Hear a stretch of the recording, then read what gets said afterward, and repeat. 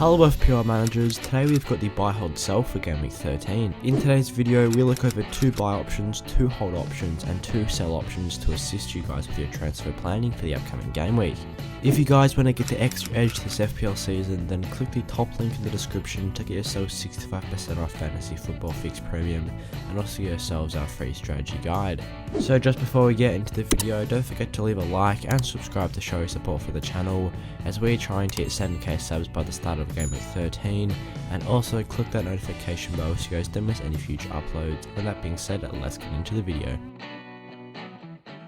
Reece James is the first buy option that we have listed here, as he is coming off yet another double-digit haul in game week 12. Reece James got himself 12 points in game week 12, as he is now the third highest scoring defender in the game with 75 FPL points. This is especially impressive considering that he has only started 6 games this season and has already produced 4 goals, 4 assists and 4 clean sheets. In fact, in the last 4 games, he has recorded 53 FPL points, getting himself a very impressive 3 goals, 2 assists and 3 clean sheets over this period. He has also produced some very good underlying numbers with 17 attempted assists and also has a decent XG for defenders with 1.27, and Chelsea do have some decent upcoming fixtures as well. They face United, Watford, West Ham and Leeds as their next 4 opponents, and with their strong defensive form in the minute, I would expect them to get clean sheets in these games, and Reece James is offering very good attacking potential, making plenty of runs into the opposition box.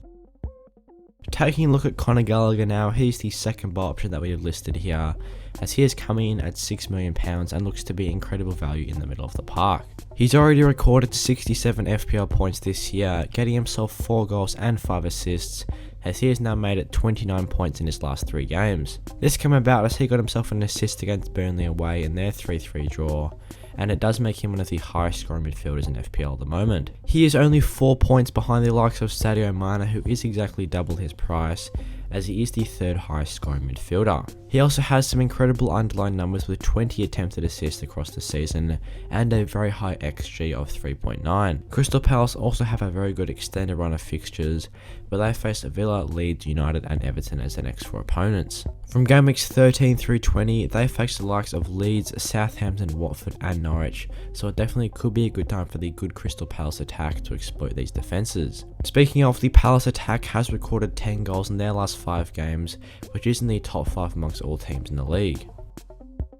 Taking a look at the hold options now, Jamie Vardy is the first hold option, as despite blanking in his last 4 game weeks, he still has some good fixtures to come. Despite blanking in his last 4 games, Vardy is still one of the highest scoring forwards in FPL at the moment, with 62 total points. This is only 1 point behind the leader in Mikel Antonio, as Vardy has already got himself 7 goals and 1 assist across the year. He has got some incredible underlying numbers as well, with a very high expected goals figure of 4.24, which does rank among some of the best players for expected goals this season, and has also attempted 11 assists. So if you still are an owner of the £10.6 million forward, I would be looking to hold on to him at this point, as he does have some good fixtures coming up. He does face Watford and Newcastle in his next 4, with Southampton and Villa in between, and I definitely think he can get back to his scoring form over this period, as these teams don't have the strongest defences. Saying this though, Vardy hasn't been getting the most service, as he only took 1 shot in game week 12, which was off target, so if he can start getting that service from his teammates, I do think he will start scoring goals.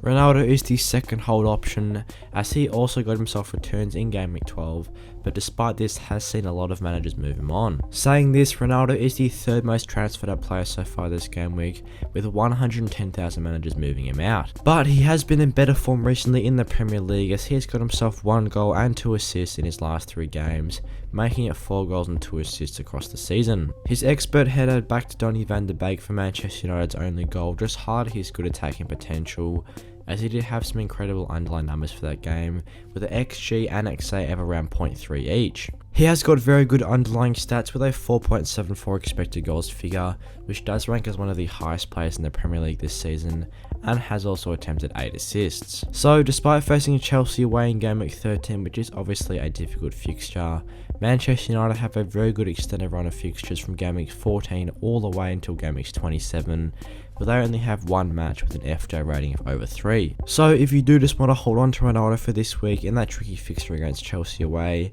I am confident that you'll be able to reap the returns over the Christmas period.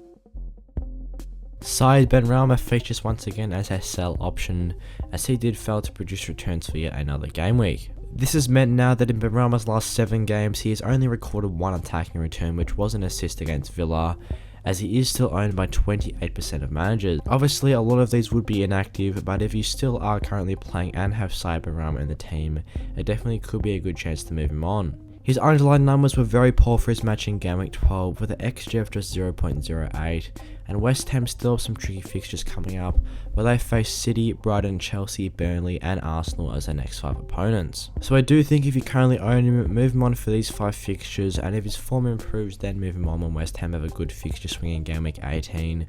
But for now, at £6.3 million in midfield, there are definitely better value options.